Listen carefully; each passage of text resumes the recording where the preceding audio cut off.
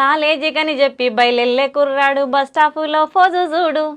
Cell సేత పట్టుకొని still కొడుతూ వాడు అమ్మాయిలెంట పడతాడు. మార్నిసు సినిమాకు రమ్మంటూ వాడు సెల్లులో మెసేజులే పంపుతాడు.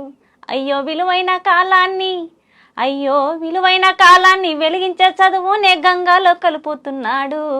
వీన్ని నమ్మి చదివించేటి కన్నుల ఆశల్ని కృంగాలో తొక్కుతున్నాడు. ఆలకించండి రా రింగుటోను, భలే సౌకర్యం ఉన్న సెల్ ఫోను. వాడే తీరు మాత్రం మారితేను, మన బ్రతుకు హరిశ్చంద్ర కాటిసీను. ఆలకించండి రా రింగుటోను, భలే సౌకర్యం ఉన్న సెల్ ఫోను. బైకు మీద వెళ్తాడు భలే జోరుగా ఒకడు, రోడ్డు మీద స్పీడు చూడు. దారి మధ్యలో నా సెల్ ఫోను కాలొస్తే మెల్లిరిగా సెల్లు పెడతాడు. సెల్ ఫోను స్విచ్ అయినా ఆపేసుకోడు, పక్కన బైక్ ఆపి మాట్లాడుకోడు. వీడు ఎక్సులేటర్ పెంచి ఎదురొచ్చే లారీకే ప్రాణాన్ని బలికొంటాడు. వీడు కట్టుకున్న దాని పసుపు కుంకుమ చెడిపి ముండమోపిగా మారుస్తాడు. ఆలకించండి రా రింగుటోను, భలే సౌకర్యం ఉన్న సెల్ ఫోను. ఈ సెల్ ఫోను పుణ్యాన యువతరంలో నడత పెడదారి పట్టిపోతుంది. బాతురూములోన వీడియో సెల్లుతో ఫోటోలనే తీస్తుంది. ఆడోళ్ళ మాన మర్యాదలు తీసి ఆత్మహత్యలకు పరిగొల్పుతోంది. అయ్యో దూరాల్ని తగ్గించి చిటికేలో కబురంపే సాధనమురా సెల్లు ఫోను. విపరీతాలకు దారి తీసేటి మనసును అదుపులో పెట్టుకుంటేను. ఆలకించండి రా రింగుటోను, భలే సౌకర్యం ఉన్న సెల్ ఫోను.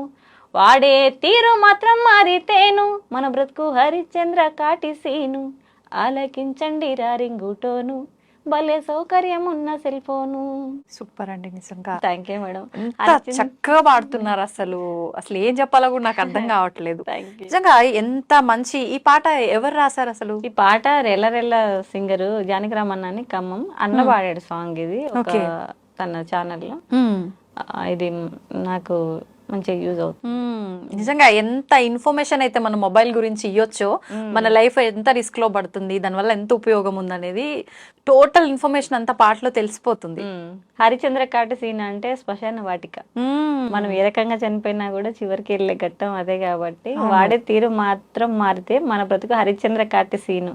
అంటే హరిశ్చంద్ర చివరికి శ్మశాన వాటికల్లో కాటికాపరిగా పనిచేసాడు కదా, కాబట్టి అక్కడ దాకా వెళ్ళొద్దు అని అంటే ఖచ్చితంగా హెల్మెట్ పెట్టుకోవాలి, సీట్ బెల్ట్ 4 వీలర్ ఉంటే సీట్ బెల్ట్ ధరించాలి, సెల్ ఫోన్ మాటలతో డ్రైవింగ్ చేయకూడదు, సిగ్నల్స్ ని ఫాలో అవ్వాలి, బండి మీద 3-4 వేసి వెళ్ళకూడదు. అవును. ఆ తర్వాత మన స్పీడ్ బ్రేకర్లు ఉంటాయి, కొంతమంది కావాలని కట్టుకొట్టుకొని వెళ్తారు. ఇవన్నీ కొంచెం ఒక లిమిట్ లో అన్ని తగ్గించుకుంటూ వస్తే 60 ఏళ్ళు బతకాల్సి 80 ఏళ్ళు బతుకుతాం. నిజంగా మన చేతుల్లో ఉంది. కానీ మనమే స్వతహాగా జల్సాలకు అలవాటు పడి జీవితాన్ని నాశనం చేసుకుంటాం తెలియకుండానే. అంటే చాలా రకాల ఫుడ్ వల్ల గానీ, పొల్యూషన్ గానీ తెలియకుండా మనకు అది మనం ఏం చేయలేము, అలా పాడవుతుంది. మన చేతుల్లో ఉన్నదన్నా మనము కాస్త పాటిస్తే గనక మన ఆరోగ్యాన్ని మీరు అన్నట్టుగా ఒక 10-15 ఏళ్ళు పెంచుకోవచ్చు. అప్పటి తిండి తిన్న వాళ్ళు మేడం మనకి 100 పైబడి బతికిన వాళ్ళు ఇప్పుడు ఉన్నారు. కానీ ఇప్పుడు ఏ చిన్న పిల్లాన్ని రక్తం తీసి టెస్ట్ చేసిన షుగర్, బీపీ, థైరాయిడ్ అని కనీసం 30 వయసు కూడా రావాల్సిన పని లేదు, ఆటోమేటిక్ గా వచ్చేస్తున్నాయి. ఇప్పుడు ఈ రోగాలన్నీ వచ్చిన తర్వాత పాత తిండికి అలవాటు పడిపోయి జనాలు అంబలని మళ్ళీ అన్ని వచ్చాయి, పాతవన్నీ తీసుకొచ్చారు. అవునవును. అట్లా అంటే పాతకాలం పద్ధతులన్నీ ఇప్పుడు మళ్ళీ కొత్తగా ఫ్రెష్ గా స్టార్ట్ అవుతున్నాయి. అప్పుడు దంపుడు బియ్యం వండుకొని తినేవాళ్ళు, ఇప్పుడు అవే బియ్యం అప్పుడు 10 రూపాయలకి కిలో తీసుకుంటే ఇప్పుడు 200 కిలో పెట్టి కొనుక్కునే పరిస్థితి వస్తుంది.